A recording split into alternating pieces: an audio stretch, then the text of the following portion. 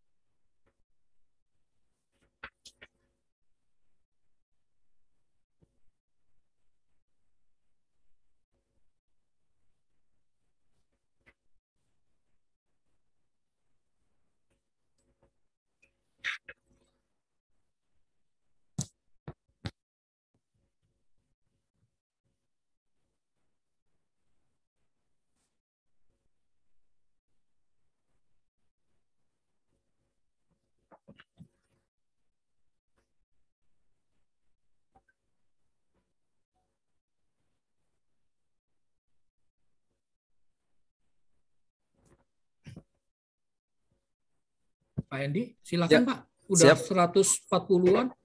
Nanti sambil nunggu yang lain mungkin satu persatu join. Ya, terima kasih Pak JB. Saya mulai. Assalamualaikum warahmatullahi wabarakatuh. Salam sejahtera untuk kita semua. Para peserta kuliah umum pagi ini yang berbahagia. Sebelumnya saya ucapkan salam hormat dan terima kasih kepada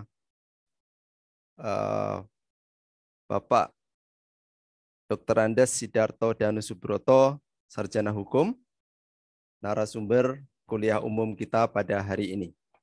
Pagi ini kita akan memiliki atau akan mengikuti kuliah umum dengan tema menjaga kedaulatan dan kejayaan Negara Kesatuan Republik Indonesia berdasarkan Pancasila, Undang-Undang Dasar 1945, dan Bhinneka Tunggal Ika. Saya kira ini tema yang sangat penting. Ya, ini persoalan lama dan saya kira persoalan yang harus kita semua ikut menjaganya. Kalau kita belajar dari sejarah Republik Indonesia, maka di Undang-Undang Dasar 1945, para pendiri negara Republik Indonesia telah meletakkan tujuan dari negara Republik Indonesia adalah menjadi negara yang merdeka, bersatu, berdaulat, adil, dan makmur. Jadi saya kira ini menjadi kewajiban kita semua untuk menjaganya. Dan pagi ini akan berkaitan dengan ini, akan diberikan kuliah umum oleh Pak Sidarto Danusubroto, seorang negarawan, politisi, dan tokoh sepuh Indonesia, karena beliau pernah menjadi anggota MPR RI, ya, lalu kemudian pernah memegang beberapa masa jabatan di masa dari Orde Lama ke Orde Baru, lalu kemudian sekarang di masa reformasi, dan sejak tahun 2015 sampai sekarang beliau menjabat sebagai Dewan Pertimbangan Presiden. Saya akan mulai dengan membacakan susunan acara pada pagi hari ini. Yang pertama, nanti akan ada sambutan singkat dari Rektor Presiden University.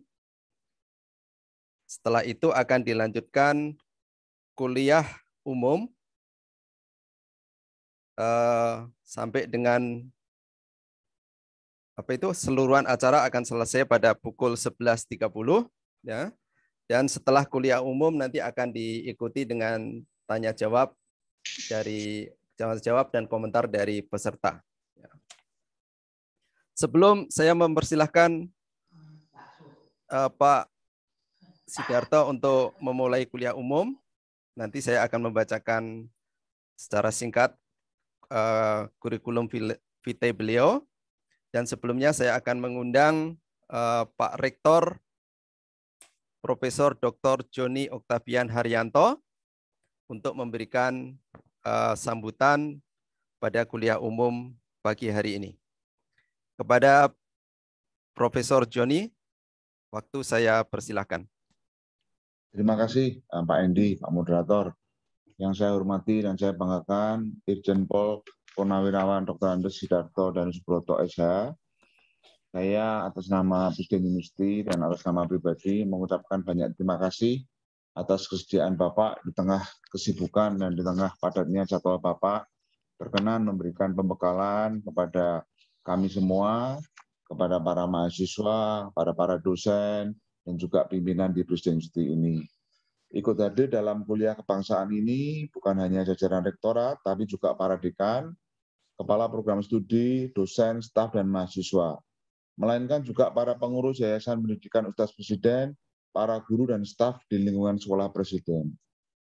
Nah, kalau kita mendengarkan atau berbicara tentang bagaimana menjaga kedaulatan dan kejayaan NKRI berdasarkan Pancasila, UUD 45, dan Bhinneka Tunggal Ika, itu tentu menjadi sesuatu topik yang bukan saja menarik, tetapi juga sangat penting dan relevan di lingkungan Presiden University dan juga sekolah presiden. Kenapa?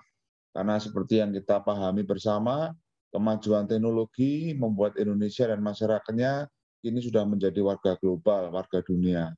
Apapun yang kita lakukan saat ini meninggalkan jejak digital dan bisa diakses oleh siapapun dan dari manapun.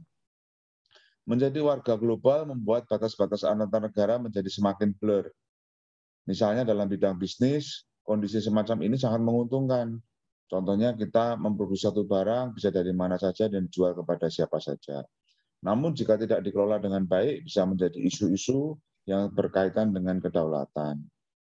Nah, itu sebabnya sebagian dari masalah yang terkait dengan kuliah kebangsaan ini perlu mendapatkan masukan, perlu mendapatkan pencerahan dari Pak Sidarto selaku guru bangsa, selaku tokoh senior negara kita, dan kita mau mendengarkan apa yang terjadi dan bagaimana ke depannya, dan tentu ada banyak isu-isu lainnya.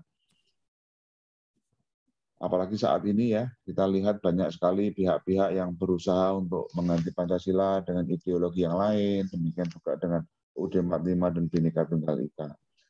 Nah, saya berharap kuliah kebangsaan pada pagi menjelang siang hari ini akan membuka wawasan kita semua, sivitas akademika di lingkungan Presiden University dan juga sekolah presiden, tentang bagaimana masih relevannya isu-isu yang terkait dengan kedaulatan dan NKRI, Pancasila, dan UUD 45, serta kebinekaan.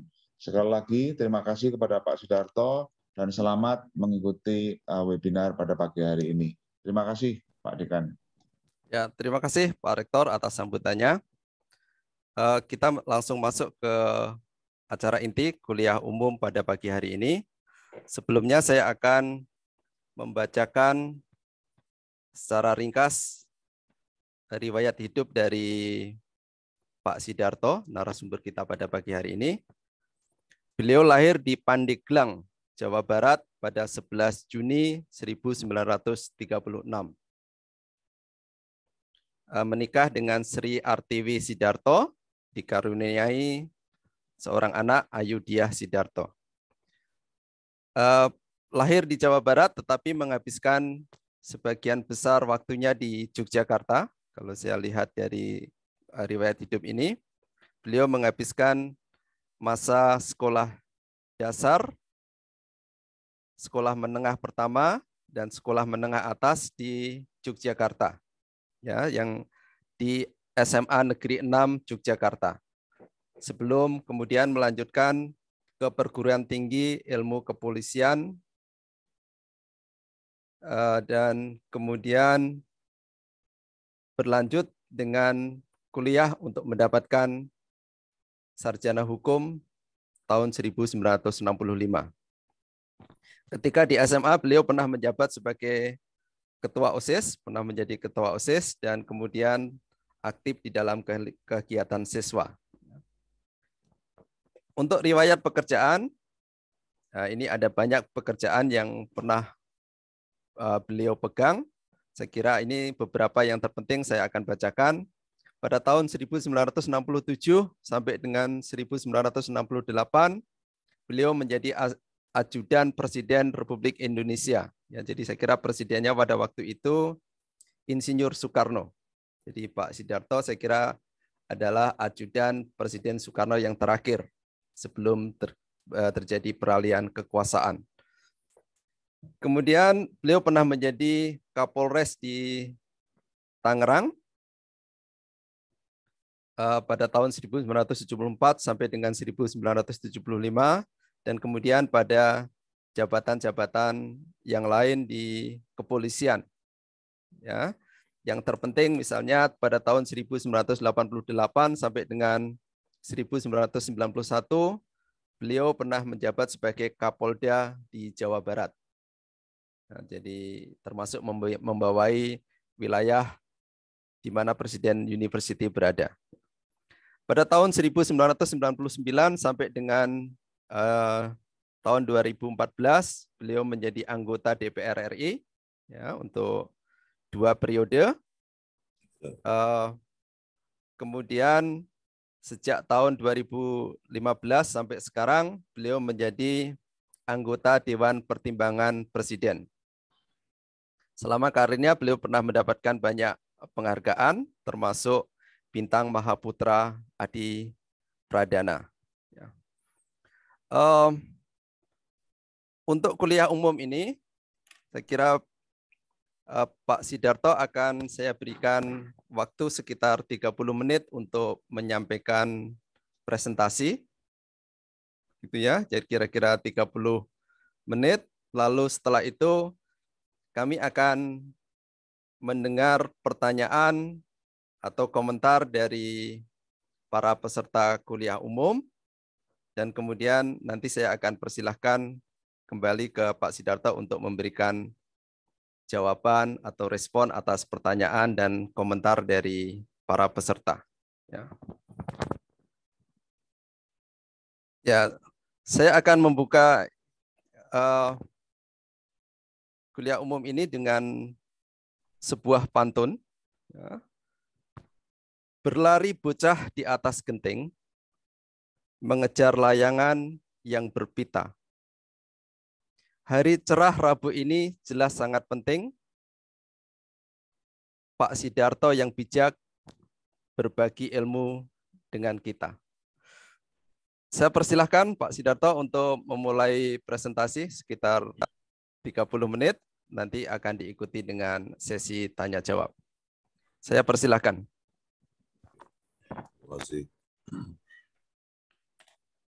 Suara saya sudah keluar, suara saya sudah keluar. Pak, sudah terdengar.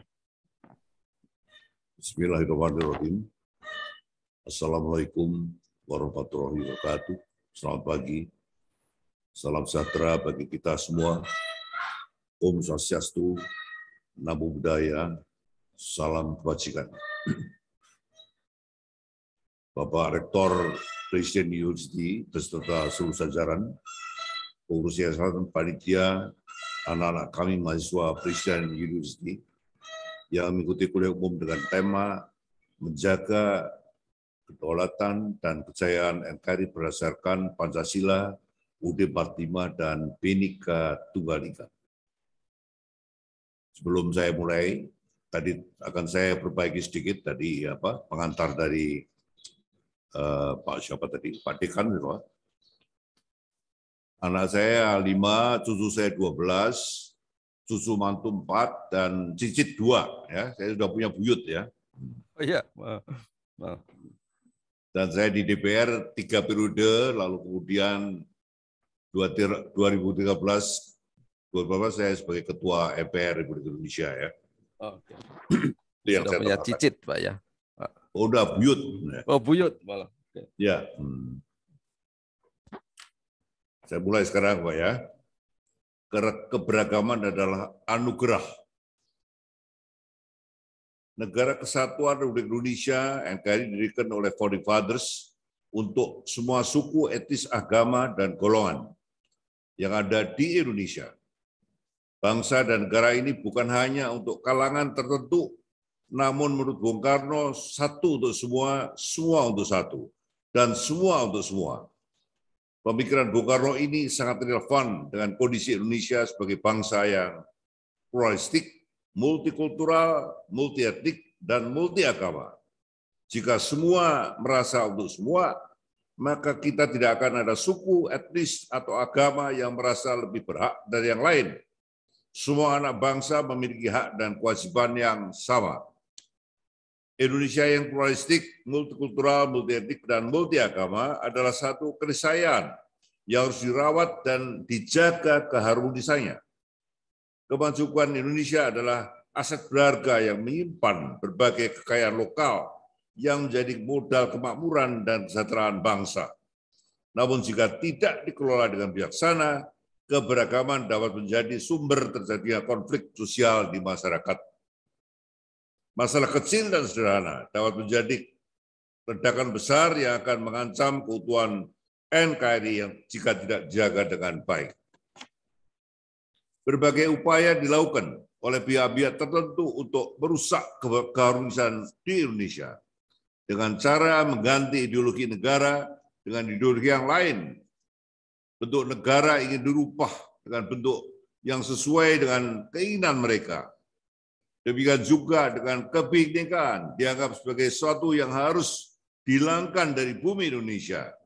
Kondisi ini terjadi karena ada kelompok yang mencoba melupakan sejarah berdirinya Republik Indonesia yang dibangun di atas keberagaman suku, etnis, maupun agama.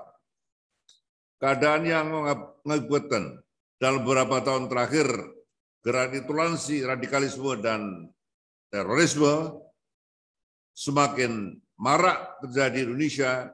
Ironisnya, paham radikal dan sikap intoleran beberapa tahun terakhir justru tumbuh subur di kalangan pelajar, mahasiswa, dan guru, bahkan dosen.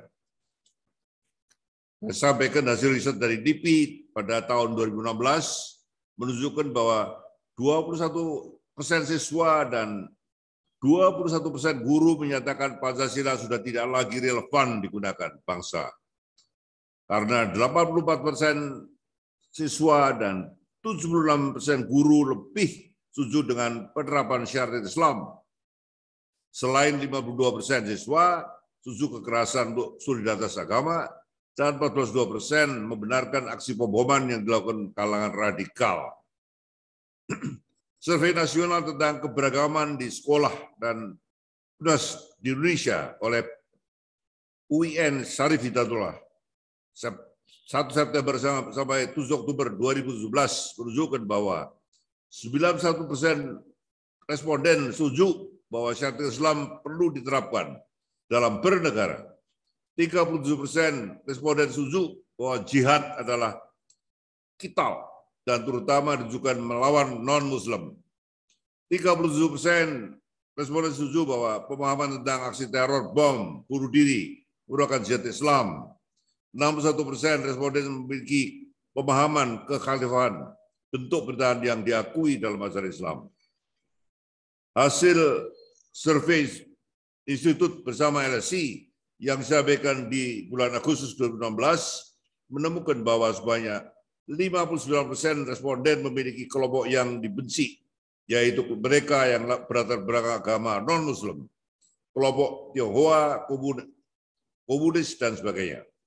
Dari jumlah 59% itu, sebanyak 92% tak setuju bila anggota kelompok yang mereka benci menjadi pejabat pemerintah di Indonesia. Dalam penelitian dilakukan oleh pada Juli-Agustus 2021, tim program kualitas mahasiswa PKM Riset Pendidikan Indonesia UPI menemukan bahwa 44 dari 100 siswa tingkat menengah di atas kota Bandung telah terindikasi memiliki paham radikalisme. Sebanyak 30% diduga terindikasi tipe radikal secara agama yang terbagi di atas 16% berkarakteristik radikal ISIS, Al-Qaeda, 50% karakteristik dengan gerakan keagamaan, garis keras, 4% kasus radikal secara ideologi, dan sebesar 2% diduga terindikasi radikal kriminal bersenjata. Dalam penelitian itu ditemukan juga bahwa propaganda di media sosial merupakan salah satu sumber terbesar penyebar paham radikal. Data yang disampaikan oleh Ketua Kompolnas Beni Mamoto bahwa 37 anggota FPI pernah diadili akibat terlibat kasus teroris. Berdasarkan hasil kajian tim Lab 45 KSP terhadap aksi-aksi teror sepanjang 2021, serangan bom bunuh diri di Makassar merupakan aksi teror ke-552 di Indonesia. Jika dirata-ratakan selama 21 tahun terakhir, setiap tahun ada 26 serangan teroris di wilayah NKRI, sehingga setiap bulan rata lebih 2 serangan teroris. Komarudin Hidayat, Profesor ya, mengatakan bahwa radikalisme pada masa pemerintahan Presiden Jokowi adalah akibat dari kebijakan terdahulu dengan motonya 1 million friend dan 0 enemy, yang tidak mau konflik dengan siapapun. Jadi ketika marak terjadi radikalisme dan pelanggaran, dibiarkan saja. Akibatnya saat ini banyak penganut paham radikal dan bersikap intoleran di instansi pemerintahan, BUMN, lembaga negara, termasuk institusi, maaf, TNI Polri, ya. Tapi agak kecil di sini ya, yang terakhir. Jika kondisi ini segera tidak diatasi, dikhawatirkan sikap intoleran dan radikalisme akan semakin meluas di kalangan masyarakat, khususnya kaum muda, milenial, mahasiswa, yang sudah sangat gampang mendapatkan berbagai informasi melalui alat telekomunikasi yang semakin canggih. Pesatnya kemajuan ilmu pengetahuan dan teknologi mampu membuat kehidupan manusia menjadi lebih mudah. Era digital, terutama dengan adanya internet, membuat orang mampu berkomunikasi dengan lebih mudah, cepat, dan praktis. Namun pada sisi lain, kemajuan teknologi informasi justru dipergunakan oleh pihak-pihak tertentu untuk menyebar berita bohong, hoax, paham radikal, dan sikap intoleran. Saat ini bangsa kita sedang dilanda perang opini antara kelompok anti-NKRI melawan pembela NKRI. Tapi ini pernah dilalui Suriah ketika ISIS mulai masuk di sana. ISIS berhasil dan Suriah yang tadinya indah dan damai menjadi hancur lebur. Jika Indonesia tidak ingin seperti Suriah, maka seluruh masyarakat yang cinta tanah air, amanah terhadap negara Kesatuan Indonesia, hasil perjuangan berabad-abad, segenap bangsa Indonesia yang terdiri dari berbagai suku, etnis, dan agama harus bahu-membahu dalam menjaga keutuhan NKRI. Terkait dengan Suriah ini, tahun 2014 saat saya menjadi ketua MPR, pernah mengunjungi Baghdad, ya, Baghdad, Irak, yang saat itu masih dilanda perang saudara, berebut kebenaran tunggal, ya. Kita ketahui bahwa Plato, kebenaran tunggal itu adalah ada di dunia idea, bukan di dunia budaya. Ya, yang bisa dicapai manusia adalah dunia budaya.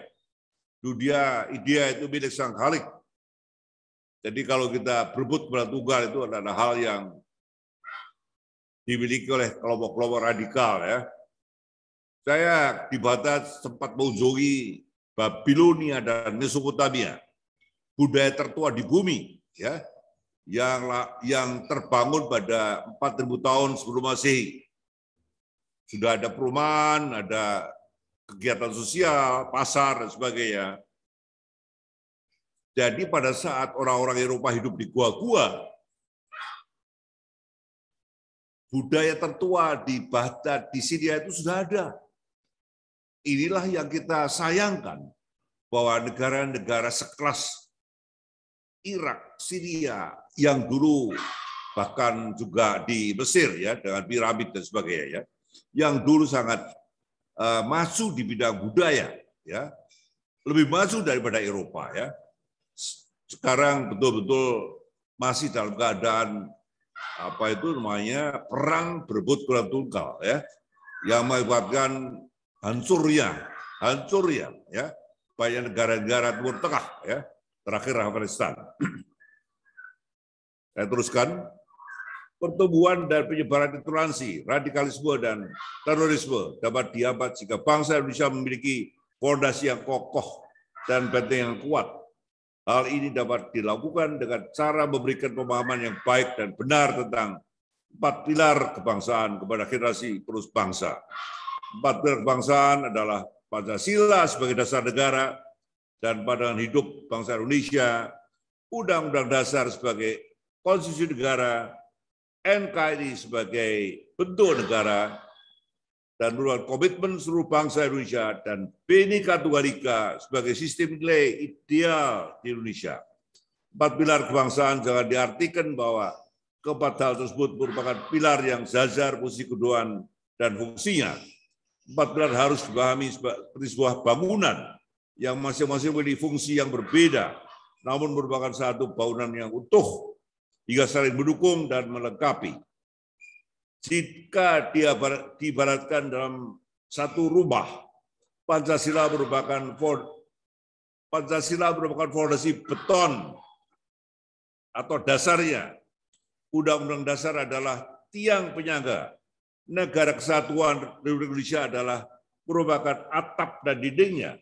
Sementara Bhinneka Tunggal Ika adalah penghuni dari bangunan tersebut yang sangat beragam. Seluruh komponen bangsa juga harus aktif melakukan segala upaya untuk membangkitkan kembali dan memulihkan nilai-nilai luhur pandangan hidup bangsa Indonesia yang terkandung dalam Pancasila. Upaya ini perlu tetap didorong, sebab bagaimanapun juga Pancasila adalah ideologi nasional dan harus diakui bahwa hanya dengan Pancasila bangsa dan negara kita tetap berdiri dengan kokoh walaupun menghadapi begitu banyak tantangan dan pemahaman. Saya tambahkan, pada waktu saya di Batak, saya bertemu dengan Perdana Menteri, dengan Ketua Parlemen di sana, mereka mengatakan bahwa Pak Sidarto, we admire your country. We like to learn from your country. Majority population of your country is Muslim, but compatible with democracy thanks to Pancasila. Jadi negara-negara di sana itu iri pada kita, bahwa dengan majority Islam ini kita membangun demokrasi selama puluhan tahun. Karena Pancasila sebagai perekat keberagaman yang mereka tidak miliki. Inilah yang harus kita pertahankan saat ini.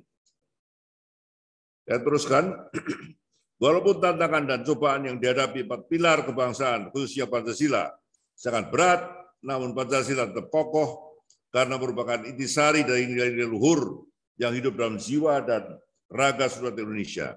Sosialisasi dan pemahaman tentang Pancasila kepada generasi muda, milenial, tidak bisa dilakukan dengan cara-cara lama, yaitu indoktrinasi. Pancasila harus menjadi ideologi yang hidup dan bekerja, living and working ideology. Pancasila harus dipraktekkan dan menjadi nilai yang hidup serta mewarnai seluruh aspek kehidupan dalam berbangsa dan negara. Kemajuan teknologi informasi dimanfaatkan untuk membangun dan menyebarkan narasi positif yang dapat menumbuhkan sikap toleran dan jaga keberagaman untuk keutuhan NKRI. Pemahaman Pancasila juga harus dikembalikan sesuai dengan semangat dan jiwa Pancasila seperti dipidatokan oleh Bung Karno pada tanggal 1 Juni 45. Saya merasa dapat kehormatan menjadi ajudan Bung Karno di saat-saat terakhir beliau, bahkan mendampingi selama dalam tahanan di Wisma Yaso. Harus kita pahami bahwa Pancasila merupakan ideologi yang hidup yang akan menyesuaikan diri dengan perkembangan zaman. Dengan demikian, Pancasila tetap dapat sejalan dengan iklim keterbukaan yang kita jalankan dan telah terbukti sepanjang sejarah Republik yang telah berumur 76 tahun, berbagai situasi telah dilalui, namun Pancasila tetap eksis hidup dan mengakar dalam sanubari rakyat Indonesia. Menjadi tugas dan tanggung jawab semua komponen bangsa untuk tetap menjaga keluhuran dan eksistensi Pancasila. Karena Pancasila adalah ideologi yang paling tepat bagi bangsa Indonesia, bukan ideologi yang lain. Nilai-nilai Pancasila mampu menangkal sekaligus mengikis segala bentuk intoleransi, radikalisme, dan terorisme. Seperti yang disampaikan oleh Yudi Latif, Pancasila merupakan kehendak rasional bangsa dan sebagai jawaban terhadap pluralitas, kemajuan, dan multikulturalisme bangsa Indonesia. Pancasila juga harus dimasukkan kembali dalam kurikulum dan menjadi mata pelajaran wajib dalam seluruh jenjang pendidikan di Indonesia, baik di SD, SMP, SMA, dan perguruan tinggi, sehingga pemahaman tentang Pancasila tidak sekedar hafalan, namun menjadi nilai-nilai yang hidup dalam seluruh aspek kehidupan rakyat Indonesia. Nilai-nilai Pancasila juga harus dipraktikkan dengan menghargai seluruh agama yang diakui negara. Untuk itu, agar semua perguruan tinggi utama di setiap provinsi perlu membangun rumah ibadah semua agama. 6 agama yang diakui negara, ukuran bangunan disesuaikan dengan jumlah penganut masing-masing agama di kampus tersebut. Misalnya di NTT, di Papua, di Sulawesi Utara, di mana majority warganya adalah non-Muslim, gereja sebaiknya lebih dibangun lebih besar daripada masjid. Ya. Kalau di Jawa, di mana majority adalah Muslim, masjid harus lebih besar daripada rumah agama yang lain. Tapi ini perlu, ya. Di samping itu, yang perlu saya sampaikan di sini, kita harus kembali pada jati diri budaya bangsa. Karena budaya adalah martabat bangsa. Untuk itu pemerintah akan membuat kebijakan mewajibkan seluruh ASN dan siswa di daerah masing-masing memakai batik daerah minimum 2 kali seminggu.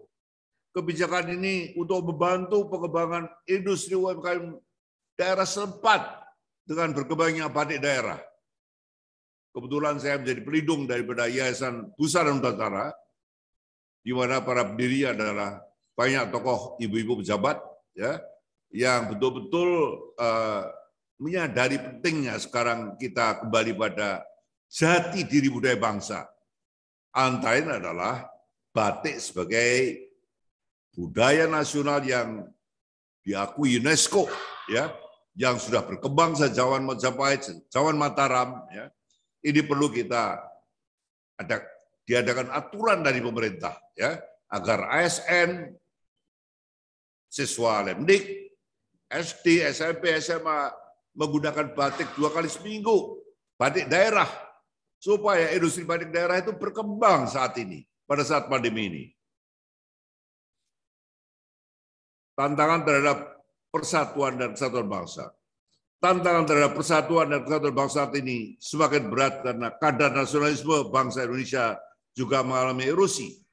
Nasionalisme sesungguhnya diakui sebagai paham yang dapat mengakomodir berbagai perbedaan, baik agama, suku, budaya, bahkan politik, dengan cara menghargai perbedaan-perbedaan yang ada, sehingga dengan demikian dapat memperkokoh persatuan dan kesatuan bangsa.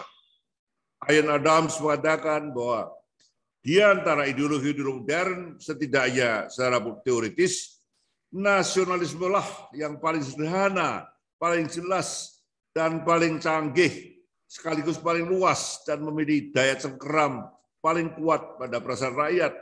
Namun dalam perkembangannya, nasionalisme tidak lagi menjadi ideologi yang menarik, khususnya di kalangan generasi muda. Gerakan reformasi yang tergulung oleh generasi arus euforia, kebebasan buat sebagian masyarakat seperti lepas kendali dan merasa bebas melakukan segala sesuatu sesuai dengan pemahaman, sehingga banyak pihak berpendapat bahwa gerakan reformasi sudah menyimpang dari tujuan awalnya.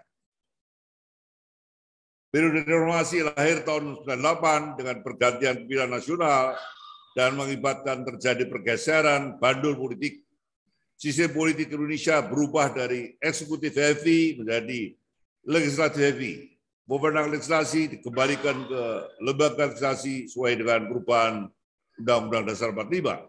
Pada awal reformasi, anggota DPR, saya masuk tahun 99, benar-benar menjalankan fungsi legislasi, pengawasan dan anggaran secara optimal dan sesuai dengan ketentuan undang-undang. Ya. Yang kita hasilkan setahun waktu itu di atas 100 undang-undang. Ya. Dan yang hadir dalam rapat-rapat DP 2/3 anggota Dewan itu hadir. Ya. Tidak seperti sekarang.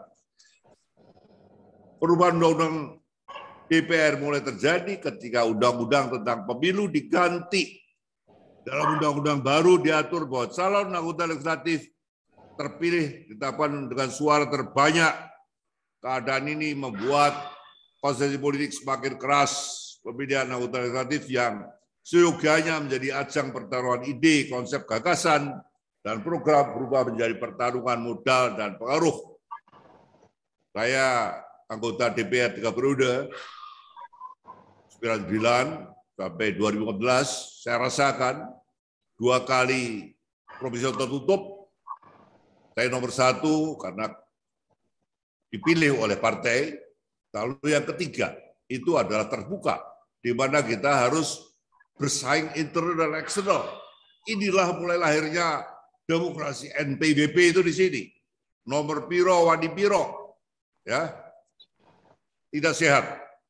Harus kita kembalikan pada tertutup lagi.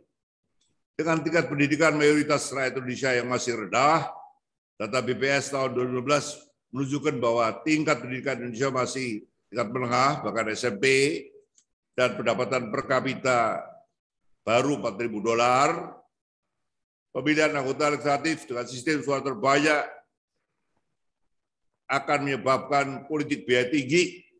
Setiap proses politik yang melibatkan partisipasi masyarakat sebagai suara akan memunculkan transaksi NPWP, yaitu nomor piro wani piro. Calon yang dipilih sesuai nilai nominal yang ditawarkan. Ya. Ada teman yang habis sampai 8-10 M tapi tidak terpilih, ya, karena ada lawannya lebih banyak uang lagi. Bukan berdasarkan integritas, kualitas, dan kapasitas calon, tapi tergantung daripada sebaran uang yang dimiliki oleh dia. Hal ini menyebabkan anggota dewan terpilih akan memikirkan bagaimana mengembalikan modal. Dan pada saat yang sama, bagaimana mencari modal untuk pemilu berikutnya. Sehingga tugas utama sebagai wakil rakyat sering terabaikan. Bahkan banyak anggota legislatif, termasuk kepala daerah, menempuh jalan pintas untuk mengembalikan biaya yang sudah dikeluarkan dengan kebijakan pelanggar hukum, korupsi, jual beli jabatan, bahkan kepala daerah dan anggota legislatif yang tersangkut masalah hukum semakin meningkat semenjak diberlakukan sistem suara terbanyak untuk pemilihan anggota legislatif dan pemilihan langsung pilkada. KPK mencatat ada 397 pejabat politik yang terjerat kasus korupsi sejak ditangani KPK sejak Mei 2020. Kejaksaan dan kepolisian menurut SCW ada 253 kepala daerah dan 503 anggota DPR-DPRD yang menjadi tersangka korupsi. Pelaksanaan demokrasi yang terlalu liberal tidak hanya membawa efek negatif pada pemilu legislatif, namun juga terjadi pada pemilihan kepala daerah. Pemilihan kepala daerah secara langsung sangat transaksional. Salah satu persoalan mendasar dalam pelaksanaan kontes politik terutama pilkada adalah maraknya praktek money politik. Pesta demokrasi tersebut kerap menjadi ajang bagi-bagi sesuatu oleh pasangan calon agar masyarakat memilihnya. Kondisi ini berbeda dengan daerah yang sudah maju demokrasinya, di mana figur atau calon yang akan bertarung dibiayai oleh publik. Bagaimana seorang Obama yang hitam, yang kakeknya Islam terpilih karena dia dibiayai oleh publik. Bukan sebaliknya, calon membiayai publik pada kita, ya, untuk membeli suara. Untuk mengurangi terjadinya praktik money politik sebagai pemilihan langsung hanya untuk milih presiden, sebaiknya pemilihan langsung hanya untuk milih presiden dan wakil presiden dan DPR RI dan DPR saja. Pemilihan umum anggota DPR dan DPRD dilakukan dengan sistem proporsional tertutup, bukan terbuka, supaya tidak ada persaingan internal dan eksternal. Sesuai dengan ketentuan pasal 20E ayat 3 Undang-Undang Dasar tahun 45 yang menegaskan bahwa peserta pemilihan umum untuk memilih anggota DPR dan DPRD adalah partai politik. Hal ini berbeda dengan pasal 5 ayat 1 Undang-Undang 23 tentang pemilihan presiden dan yang mengatur bahwa peserta pemilu presiden dan wakil presiden adalah pasangan calon yang diusulkan secara berpasangan oleh partai politik atau gabungan partai politik. Pemilihan gubernur wakil gubernur sebaiknya ini saya dilakukan. pakai apa ya? Pakai internet. Saya tadi pasang ini hotspot. Saya bisa teruskan. Pemilihan gubernur wakil gubernur sebaiknya dilakukan dengan cara DPRD memilih mengajukan 3 pasang calon dari partai pemenang kepada presiden untuk presiden memilih salah satu di antaranya. Kemudian, dengan demikian ada wibawa vertikal, karena gubernur adalah perpanjangan tangan wakil pemerintah pusat di daerah. Jangan ada lagi presiden ke daerah, gubernur tidak hadir, ya, dengan cara ini, ya. Jadi DPRD pemenang pemilu mengajukan 3 calon, presiden yang menunjuk siapa yang menjadi gubernur setempat. Tidak dengan cara pilkada langsung di mana hasilnya adalah kontestasi siapa yang banyak uangnya, ya. Ini akibatnya pada kepala daerah yang banyak sekali terjerat oleh OTT KPK, ya. Apapun didagangkan, ya. Yang lain, bupati, wakil bupati, wali kota, wakil wali kota dilakukan dengan cara partai pemenang pemilu mengajukan 3 pasang calon, kemudian dilakukan pemilihan oleh anggota DPRD kabupaten kota. Mekanisme ini akan memotong biaya prosedur, waktu maupun anggaran untuk mengurangi, ya, beban biaya yang selama ini harus dilakukan oleh calon bupati, calon wali kota, ya, yang akibatnya adalah banyak sekali penyimpangan, ya, ratusan yang ditangkap. Mohon maaf Pak Sidarto, saya harus memberikan peringatan tentang waktu. Jadi Bapak waktu yang tersedia masih sekitar 5 menit lagi. Ya, 5 menit silakan. Selesai. Ya, terima kasih. Hal tersebut di atas adalah gambaran kondisi dan rekam jejak reformasi yang tidak sejalan dengan tujuan awalnya dan sering saya sebut sebagai akibat amandemen UUD 45 yang kebablasan. Kita belum siap niru demokrasi Barat yang mengaburkan makna dan prinsip demokrasi Pancasila, bahwa sistem perwakilan berdasarkan pelaksanaan dalam permusyawaratan seperti diatur dalam sila keempat Pancasila. Kondisi ini perlu dikoreksi dan dikembalikan ke jalur yang benar. Wassalamualaikum warahmatullahi wabarakatuh. Om Santi Santi Om, Namo Buddhaya, selamat pagi bagi kita semua. Terima kasih. Terima kasih Pak Sidarto atas pemaparannya yang bersemangat. Saya kira ada beberapa poin yang penting yang disampaikan. Jadi berangkat dari survei yang diadakan Kemendikbud, tadi disebutkan di awal bahwa saat ini meskipun pembangunan ini berjalan baik, tetapi di sisi lain ada peningkatan apa yang secara umum bisa kita sebut sebagai intoleransi, gitu ya. Kemudian poin yang lain, saya kira yang perlu saya garis bawahi di sini berkaitan dengan intoleransi ini, saya kira mengerucut kepada ada peningkatan fenomena apa yang disebut dengan politik Islam, gitu ya. Ada perpecahan di masyarakat dan perbedaan-perbedaan yang didasarkan kepada identitas agama. Jadi hal-hal ini seharusnya seperti ditekankan oleh Pak Sidarto, memang seharusnya tidak terjadi di Indonesia yang memang didirikan berdasarkan Pancasila, Bhinneka Tunggal Ika, lalu nilai kebangsaan, dan kemudian Undang-Undang Dasar 45 yang sebetulnya mengakomodasikan semua prinsip-prinsip multikulturalisme dan keberagaman dalam hidup beragama. Ya.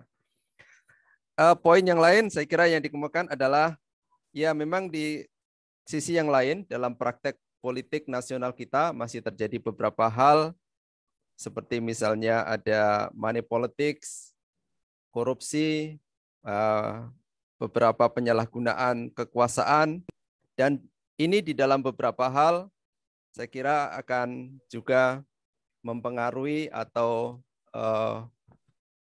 menurunkan cara kita menjalankan kehidupan berbangsa dan bernegara. Ya. Kendati demikian, di forum ini juga kami punya Pak SD Darmono. Beliau adalah founder dari Jababeka dan juga founder dari Presiden University. Saya akan berikan kesempatan kepada Pak Darmono untuk menyampaikan beberapa pemikiran, ya terutama terkait tadi beberapa hal yang sudah disampaikan Pak Sidarta. Tapi kita mestinya harus bersama-sama juga mencari penyelesaian atau solusi atau paling tidak rekomendasi kebijakan bagaimana hal-hal atau masalah-masalah yang masih terjadi ini kita harus selesaikan dan atasi secara bersama-sama. Kepada Pak Darmono, saya persilahkan. Terima kasih, Pak Sidarto. Selamat siang. Terima kasih untuk perkenan Bapak memberikan pencerahan kepada kita semua melewati Zoom ini. Dan saya senang sekali Bapak tampil sehat seperti masih usia 60 tahun Pak Sidarto. Tuhan memberkati. Jadi sehat, Pak Darmono. Terima kasih. Saya sangat terkesan dengan penjelasan Bapak tadi. Jadi memang ini selaras dengan cita-cita pendirian presidensi dulu oleh presiden sebelumnya juga, dan juga didukung oleh Pak Yono Sudarsono yang memang jangka panjang ini Pak, kita perlu mendidik masalah kembali pendidikan karakter sehingga di presidensi ini motonya adalah ilmu dan keterampilan itu tidak menjamin akan kepemimpinan seseorang, tapi karakterlah yang akan mendidik, yang menjamin bahwa orang ini akan menjadi orang yang benar. Jadi karakter building lebih penting daripada teori dan skill. Itu yang kita tekankan. Meskipun juga di presidensi itu ditekankan untuk anak-anak mahasiswa ini segera mungkin magang.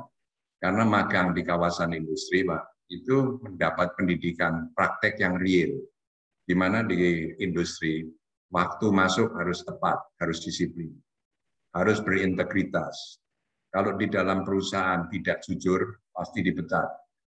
Kemudian di training menjadi orang-orang yang berintegritas, disiplin, bertanggung jawab, dan segala macam. Sehingga pendidikan di industrialisasi itu adalah padanan untuk mencapai pendidikan karakter yang baik. Nah, itu yang kami cita-citakan, Pak, sehingga dukungan Bapak dalam hal ini kami sangat appreciate, Pak, agar supaya cita-cita yang Bapak sampaikan tadi, cita-cita Bung Karno juga, bagaimana Indonesia itu menjadi negara besar yang dilandasi oleh akhlak budi luhur. Nah, ini kita harus berjuang bersama, Pak, karena yang Bapak sampaikan dan juga keluhan sama-sama kami rasakan juga. Cuma perubahan ini memang perlu kesabaran dan pendidikan yang terus-menerus. Jadi pertumbuhan sains, teknologi, revolusi industri yang berkali-kali yang membuat manusia menjadi lupa bahwa ada Tuhan di dunia yang harus tetap kita gantungin diri. Ini menjadi landasan jadi satu perusahaan maupun satu negara agar budi luhur itu menjadi landasan utama dalam semua langkah-langkah kita. Kita boleh pandai-pandai, banyak PhD-nya, Pak, dan orang-orang pandai banyak, tetapi tidak disertai dengan karakter building, menjadi malapetaka juga. negara itu. Demikian Pak Suyanto, terima kasih sekali lagi atas sambutannya dan juga untuk para hadirin semua. Terima kasih telah menghadiri acara yang sangat penting ini. Terima kasih. Terima kasih Pak Darmono. Saya kira Pak Darmono sudah mengajukan satu solusi tadi bahwa pendidikan saya kira itu tetap utama. Jadi bagian dari satu dari beberapa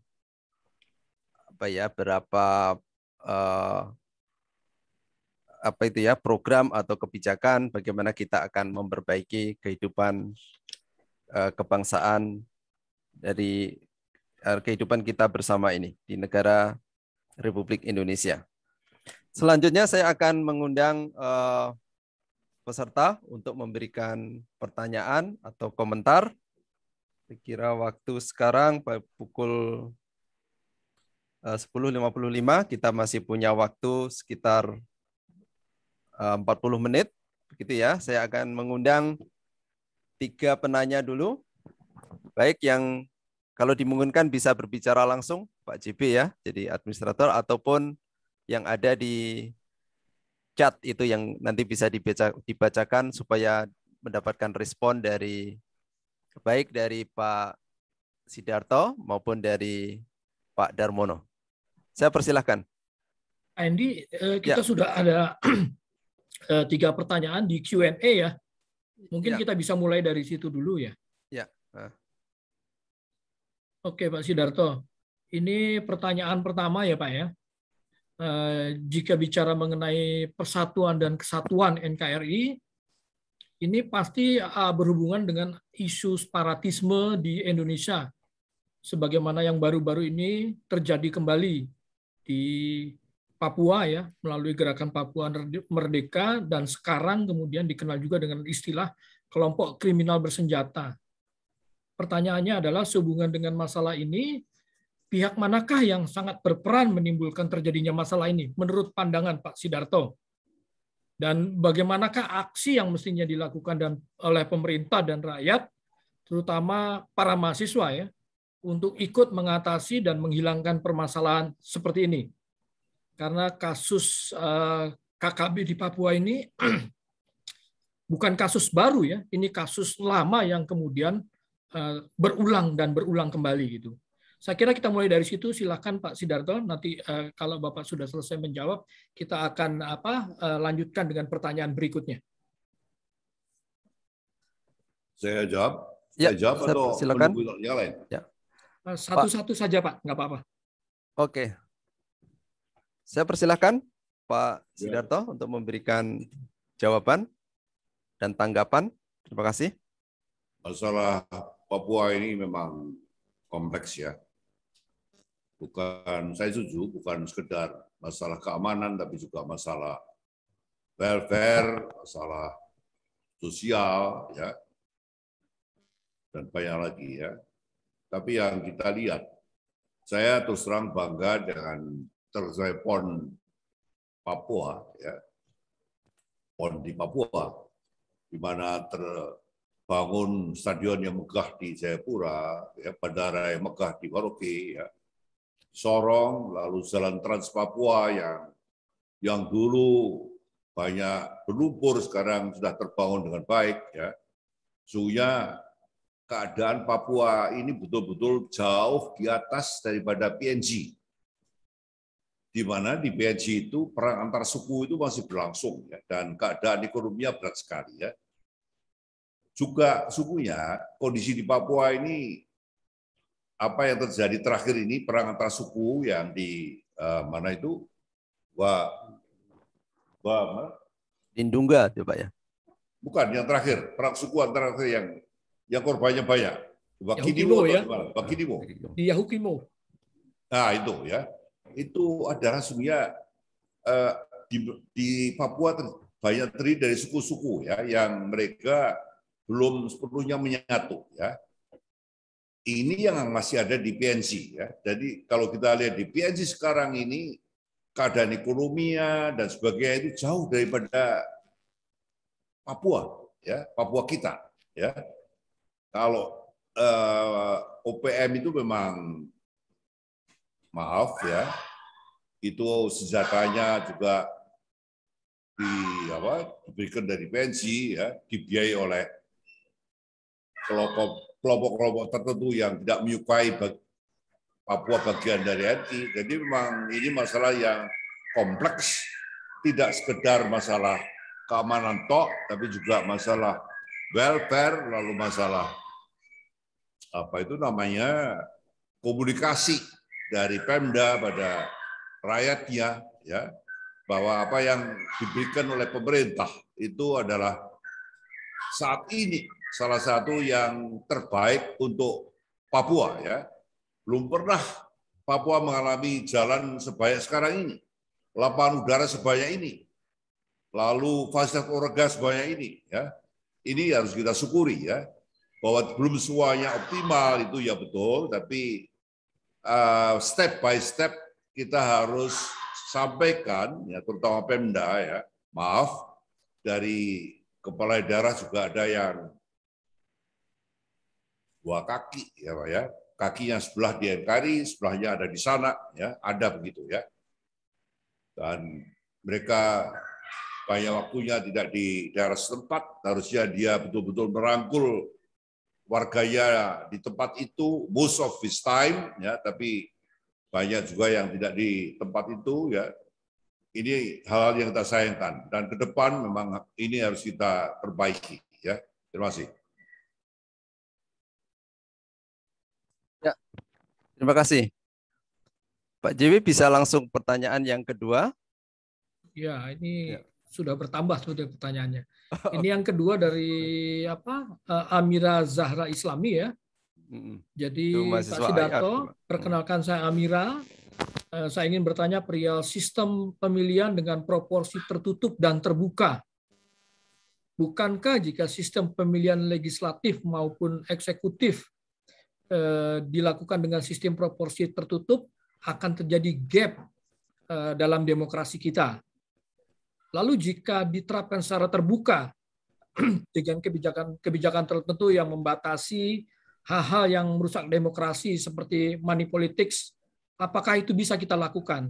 Mungkin bisa dimulai dengan kebijakan pembatasan budget pada setiap kandidat agar persaingan antar kandidat internal maupun eksternal partai tetap berlangsung secara sportif. Bagaimana pandangan Pak Sidarto terhadap hal ini? Silakan Pak Sidarto. Begini Pak, ya, saya mengalami 3 periode di DPR, ya, di mana 2 periode itu tertutup, periode ketiga saya mengalami terbuka, ya. Waktu tertutup itu dari partai saya nomor 1. Memang kader-kader terbaik, ya, menurut partai saya waktu itu saya terbaik untuk daerah Cirebon Indramayu, ya, di mana daerah itu memilih saya, proses tertutup, ya. Jadi karena tertutup, yang terpilih adalah calon nomor 1 dan 2. Kita punya 2 wakil saat itu. Saat saya yang ketiga itu saya mengalami pemilihan proporsional terbuka. Nah, ini betul-betul saya bawa belur, Pak, di bidang uang. Dan ini dialami oleh teman-teman saya di banyak daerah, bahwa mereka harus bersaing internal maupun eksternal. Mungkin Bapak tidak percaya bahwa ada yang rekan saya yang modalnya 10M kalah di satu daerah, di Jogja. Kalah oleh lawannya yang modalnya di atas 10M. Akibatnya apa, Pak? Karena kos politik yang mahal ini, itu lalu dia berusaha selama menjabat, dia collect money untuk bisa terpilih lagi.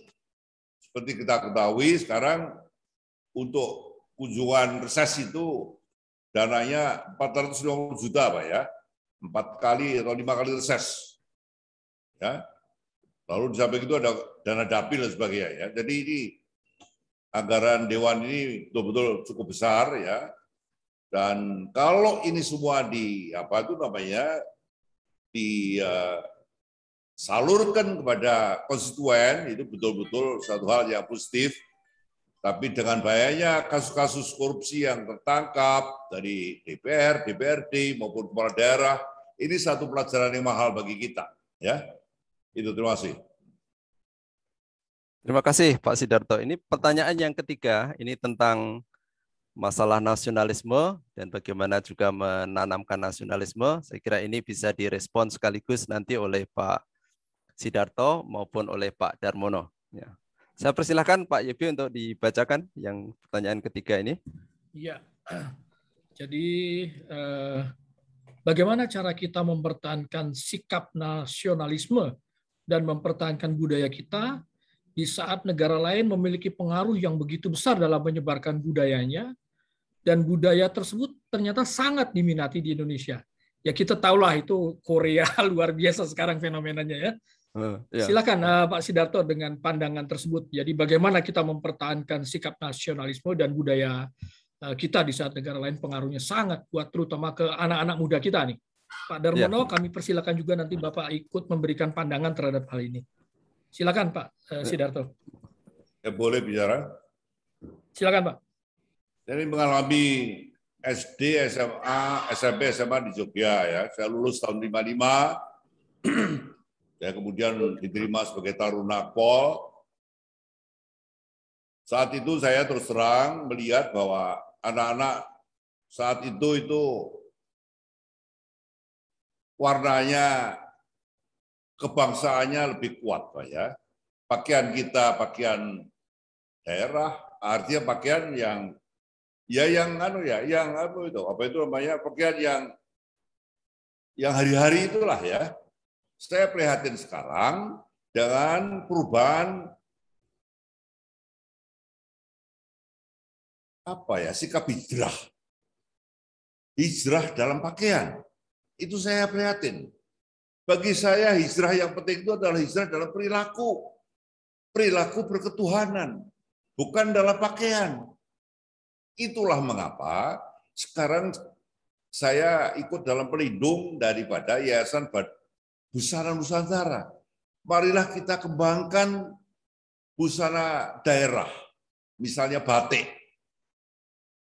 Berikanlah aturan dari pemerintah, pusat maupun daerah, ASN dan anak-anak di sekolah menggunakan batik 2 kali seminggu, supaya budaya kita itu betul-betul mampu kita pertahankan. Yang kedua, industri batik daerah berkembang karena aturan ini.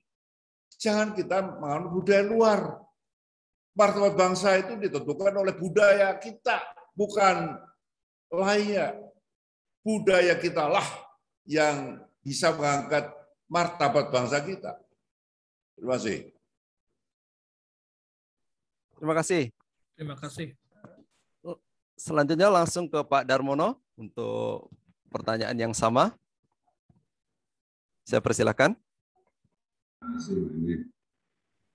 Ya, kembali lagi masalah yang Pak Sidarto ungkapkan juga masalah budaya.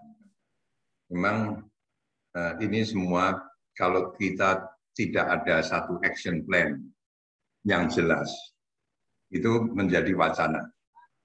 Kita banyak berdiskusi, banyak mengharapkan, tapi perlu ada action plan. Ya, saya pikir master plan dari Indonesia itu, Pak Sidarto, itu mungkin perlu di-review dari waktu ke waktu. Karena Undang-Undang Dasar kita 45 itu kan dulu tidak dibikin cuklaknya. Jadi cuklak ini yang boleh berubah mengikuti kemajuan zaman. Tapi undang-undang itu kan sebenarnya sangat sekali tergantung kepada visi dari para founding fathers kita. Dan itu sudah disepakati sebagai alat pemersatu seperti Pancasila juga dan Undang-Undang Dasar 45. Kemudian perubahan zaman membutuhkan ada amandemen. Nah, amandemen ini mestinya dengan juklak. Juklak ini bisa lebih mudah dirubah karena juklak bisa dengan peraturan presiden maupun peraturan pemerintah. Nah, sekarang dalam masa pemerintahan Pak Jokowi Presiden ke-7 ini, Pak, kita mengalami transformasi yang luar biasa yang Pak Sidarto katakan tadi dalam bidang infrastruktur. Infrastruktur membuat pendidikan juga lebih maju. Tidak hanya pendidikan teori. Pendidikan kita sebetulnya dalam teori mungkin salah satu terbagus di dunia karena jumlah universitasnya paling banyak. Tapi di dalam prakteknya, Pak, kita butuh tempat-tempat untuk anak-anak kita bisa praktek. Karena praktek di kawasan-kawasan seperti kawasan industri, perkotaan baru, itu memberikan perubahan dalam perilaku yang tadi disebutkan, perilaku kita. Perilaku ini berubah karena industrialisasi yang menuntut orang itu harus disiplin. Sehingga dengan lewat industrialisasi, maka perubahan kesejahteraan rakyat akan tumbuh. Karena dalam industri tadi terjadilah nilai tambah. Dari bahan mentah di negara kita yang berlimpah-limpah ini, diproses menjadi bahan jadi.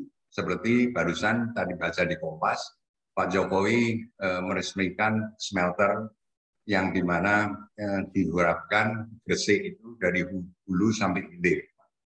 Nah ini nggak cukup satu, mungkin 100 atau 500 kawasan-kawasan yang mempercepat pertumbuhan ekonomi dan juga terutama pendidikan, masalah perilaku.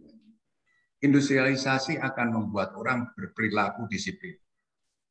Terus belajar untuk mencari ilmu-ilmu baru supaya bisa bersaing dengan produk-produk baru yang diciptakan oleh negara-negara lain. Inovasi dengan sendirinya akan tumbuh, kreativitas akan tumbuh. Jadi pendidikan melalui praktek itu sangat penting. Disitulah perilaku manusia juga terbentuk. Karena dalam perusahaan harus mengikuti yang disebut good corporate governance. Good corporate governance ini membuat orang harus jujur, harus tertib. Nah, kalau tidak dipercaya orang. Jadi banyak hal-hal yang perlu mungkin para pemikir kita Pak, orang-orang di pemerintahan duduk bersama Pak, yang selalu saya sampaikan dari dulu ke Pak Sidarto juga. ABG itu harus kumpulkan Pak, akademisi, orang pinter, businessman, para operator pengusaha, dan government regulator itu harus duduk bersama untuk mendesain masa depan kita. Memang sekarang ada di sebelah pentahelix, ya Pak, di luar triple helix. Triple helix ini adalah orang-orang pinter, orang kuasa, dan orang kaya yang duduk bersama untuk kepentingan masyarakat banyak yang harus dikomunikasikan oleh media juga. Ini Pak Sidarto yang dari dulu mungkin mimpi kita bersama belum terjadi juga, di mana satu institusi di luar pemerintahan yang selalu menjadi pendukung pemerintah dalam mengambil pemikiran jangka panjang dan tidak akan berubah. Berganti pemerintah, tetap institusi ada sebagai think tank pemerintah. Karena pemerintah, ganti masakan Pak. Ganti partai, ganti cerita lagi. Baik itu kabupaten, gubernur maupun di pusat. Sehingga harus ada satu badan di luar pemerintah yang selalu mendukung cita-cita founding fathers kita. Dan itu orang-orang yang sudah lepas daripada kebutuhan-kebutuhan sehari-harinya. Orang-orang yang betul dipilih oleh para orang-orang bijak itu. Inilah yang harus terus bisa supaya penciptaan lapangan kerja itu sesuai dengan kekuatan sumber daya alam kita. Sumber daya manusia kita juga harus bisa dibangun sesuai dengan permintaan pasar. Jadi satu kekuatan alam kita, sumber daya alam kita, sumber daya manusia kita yang harus dilihat diferensiasinya. Tapi juga kita harus sadar akan kemauan dunia, kemauan pasar. Sehingga apa yang kita buat itu sudah betul-betul well planned, sesuai dengan kekuatan kita dan kemauan pasar. Nah itu Pak, kawasan-kawasan ekonomi khusus itu sebetulnya bisa sangat mendukung untuk terjadinya transformasi perilaku yang baik. sambil memberdayakan sumber daya alam kita yang harus sustainable, yang harus terus-menerus dijaga, jangan sampai babat hutan tidak tanam pohon baru, ngambil ikan tidak membudidaya ikan, mengambil tambang tidak dipersiapkan pengganti yang baik. Itu semua adalah di pendidikan, baik teori maupun praktek yang jalan bersama. Jadi itu masukan saya. Terima kasih. Terima kasih Pak Darmono. Pak JB, saya kira kita ambil satu pertanyaan lagi. Satu saja Pak JB yang pilih saja. Ya, ini sebetulnya di WA saya juga masuk ini beberapa pertanyaan ya. Kalau boleh saya ambil satu ya, Pak Andy ya. Ya, satu nanti kalau misalnya ya. Itu apa itu related dengan yang bisa dikomentari Pak Darmono juga atau ya, tapi saya serahkan Pak JB untuk memilih satu ini. Iya, ya. Terima kasih. Jadi Pak Sidarto ini pertanyaannya menyangkut isu komunisme. Mungkin apa? Siapa? Maaf. Isu komunisme, Pak. Jadi ini apa? Negara-negara yang dulu dikenal sebagai negara penganut komunis sudah bangkrut, tetapi isu itu di negara kita tidak pernah redup. Jadi masih terus apa? Meletup di sana sini. Menurut pandangan Bapak, apakah isu komunis masih perlu ditakuti pada saat sekarang ini? Silakan Pak memberikan komentarnya yang terkait hal itu. Ya, Pak siapa Pak? Ini saya Pak Setio Pak. Ya. Ya. Isu komunisme itu hanya musiman Pak. Bulan September bangkit itu. Maaf ya. Dan yang bolak-balik yang melontarkan itu adalah orang-orang tertentu, Pak ya. Bagi saya, Pak, bahnya komunis Rusia dan Tiongkok itu sudah menganut pasar bebas sekarang, Pak. Kapitalis. Lalu kalau kita masih ada komunis, itu komunis di mana saya tidak tahu. Kadang-kadang ada yang membakar bendera, ditangkap polisi, yang bikin mereka, yang membawa mereka, yang bakar mereka juga. Saya bahkan nantang pada kelompok-kelompok itu. Karena Densus 88 sudah menangkapi ribuan terpidana teroris, ribuan Pak, Densus 88 ini. Yang mulai dari bom Bali sampai sekarang belum terselesaikan. Tolong polisi bentuk Densus 99 yang nanggepi komunis, yang bangkit. Tiap bulan September bangkitnya. Maaf, nanti yang ditangkap ya mereka juga. Karena yang bikin bendera mereka, yang bawa-bawa mereka, yang bakar mereka juga. Apakah itu komunis ya? Saya tidak tahu saya. Ya, mungkin perlu dibentuk Densus 99. Saya sampaikan kepada Kapolri, ketawa dia. Terima kasih. Terima kasih Pak Sidarto. Pak Darmono, ada komentar mengenai hal ini? Ya, mungkin kita kembali ke pendidikan, Pak ya. Jadi pelajaran masalah ini kan tidak diajarkan di sekolah. Dan kalau kita lihat sejarah, pada tahun 1723 itu di Glasgow University itu ada orang yang namanya Adam Smith. Adam Smith itu yang memperkenalkan teori ekonomi supply and demand dan free market. Itu tahun 1723. Jadi free market artinya bebas Pak, antara kalau ada permintaan pasar yang tinggi, maka harga naik. Kalau permintaan pasar itu turun, supply terlalu banyak, harga turun. Itu adalah supply dan demand. Ini menimbulkan kapitalisme. Jadi bapak kapitalisme itu adalah Adam Smith dari sudut pandang ekonomi tadi. Nah, apakah itu adil? Adil, Pak, karena berdasar supply and demand. Tapi yang terjadi adalah kesenjangan sosial. Terjadilah revolusi industri di Inggris dimulai, di mana di Glasgow University ditemukan lagi kata uap oleh James Bond.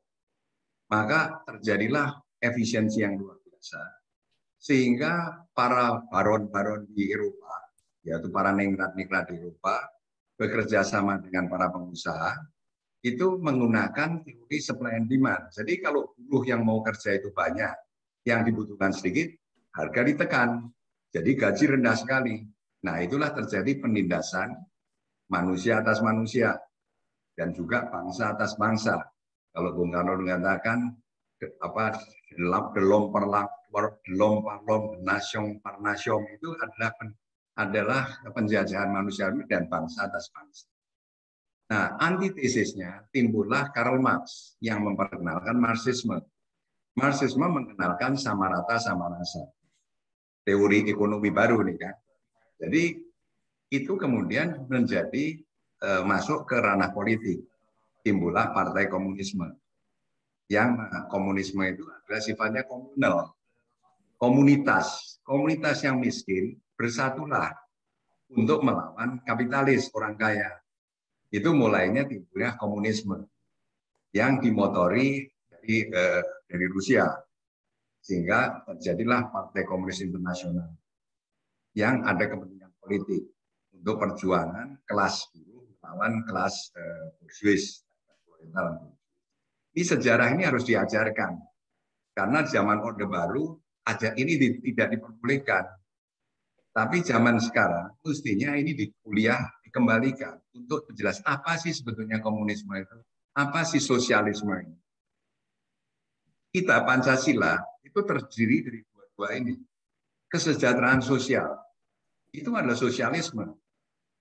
Sedangkan musyawarah untuk mufakat itu adalah demokrasi. Ini dua hal yang sebetulnya bisa bertentangan. Ditambah perikemanusiaan. Perikemanusiaan adalah adil. Artinya kalau Pak Endi ini profesor, gajinya tinggi. Kalau SD, gajinya rendah. Gitu kan Pak? Tapi kalau teori sosial sama rata sama rasa, itu harus sama. Ini nggak adil, tidak berperikemanusiaan. Tapi sebaliknya, keadilan sosial harus ditumbuhkan supaya tidak jadi kesenjangan sosial.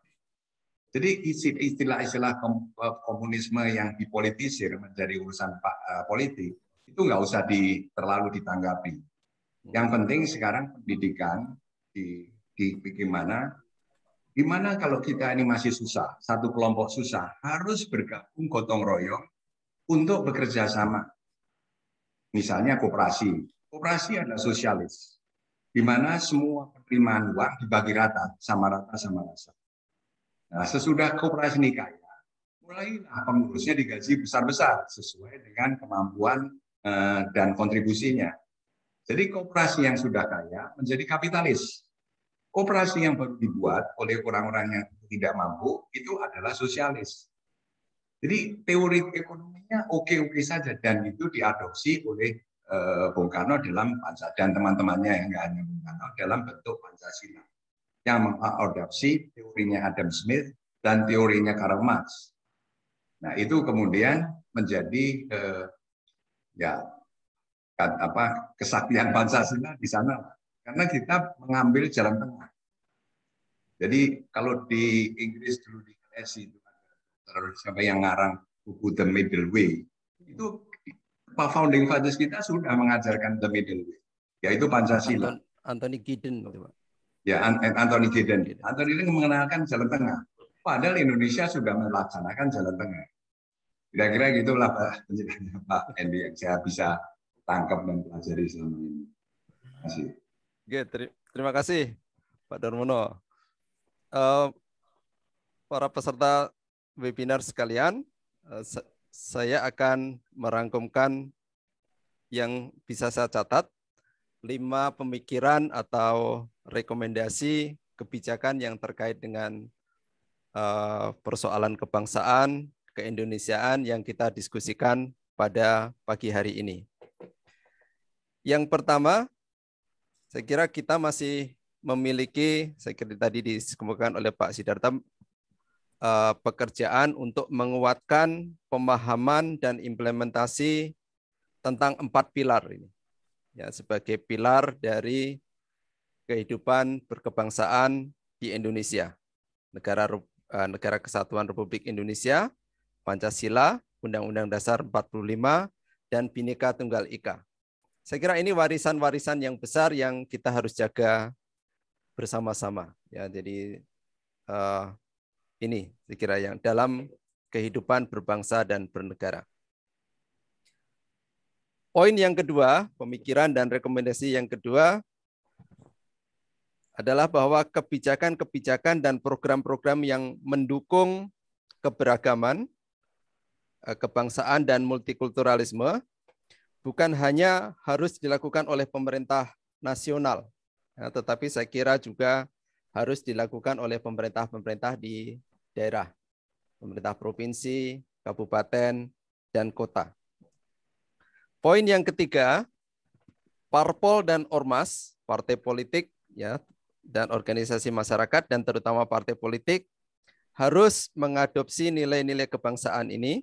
Saya kira tidak boleh ada yang anti Pancasila. Jadi saya kira pemerintah harus berperan dalam konteks menjaga orientasi dari partai politik dan organisasi masyarakat ini. Poin yang keempat, saya kira pendidikan, sektor pendidikan, dari taman kanak-kanak sampai dengan universitas terutama, pendidikan yang tepat, saya kira ini akan memberikan kontribusi yang besar di dalam rangka untuk menumbuhkan kehidupan berkebangsaan yang berdasarkan pada keberagaman seperti dalam Pancasila itu. Poin yang kelima, saya kira tadi dikemukakan oleh Pak Darmono, jadi bahwa kita masih punya persoalan dalam rangka peningkatan, ya, setelah kita pemerintahan Presiden Jokowi berhasil membangun infrastruktur, ada tahap berikutnya yang harus dilakukan dengan baik, ini adalah menumbuhkan daerah-daerah pertumbuhan ekonomi yang baru. Ya, untuk itu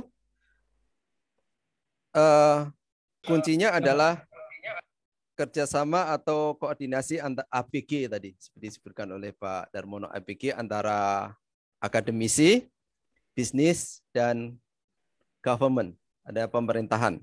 Ya. Dengan demikian, maka setelah kesejahteraan tercipta, maka kesejahteraan ekonomi ini akan memoderasi kelompok-kelompok yang radikal atau pemikiran-pemikiran yang radikal itu. Jadi dengan kata lain, kesejahteraan ekonomi akan membawa kepada kehidupan kenegaraan yang lebih baik. Sebagai penutup, saya kira saya akan menyampaikan penghargaan yang tinggi sekali lagi kepada Pak Sidarto sebagai narasumber, asisten beliau yang membantu kita dalam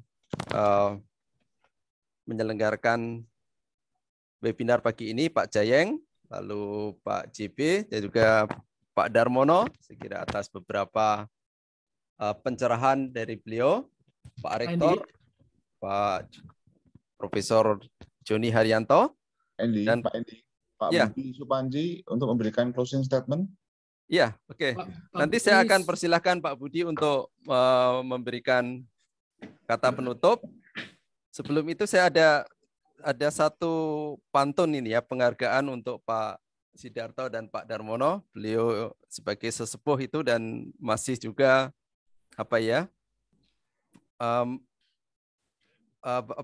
menyumbangkan, mencoba untuk berkontribusi, memberikan pemikiran-pemikiran yang baik untuk Indonesia. Jadi pantunnya demikian. Tangguh memang orang Padang, merendang daging dari malam hingga pagi.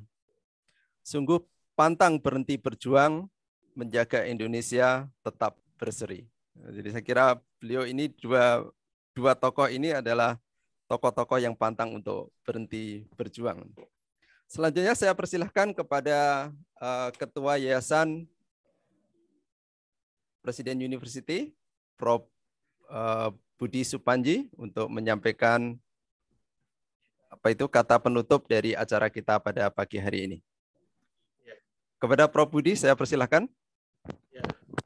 Terima kasih Pak Endi Dan yang saya hormati Pak Sidarto, Pak Darmono sebagai pembina, Pak Andi dan Pak Rektor, saya mengucapkan terima kasih pada Pak Sidarto yang selalu memberikan kontribusi, memberikan masukan positif, baik kedatangan secara fisik di Presiden University 3 tahun yang lalu, dan sekarang masih memberikan kesempatan untuk hadir secara online, suatu kehormatan bagi pengurus dan Presiden University.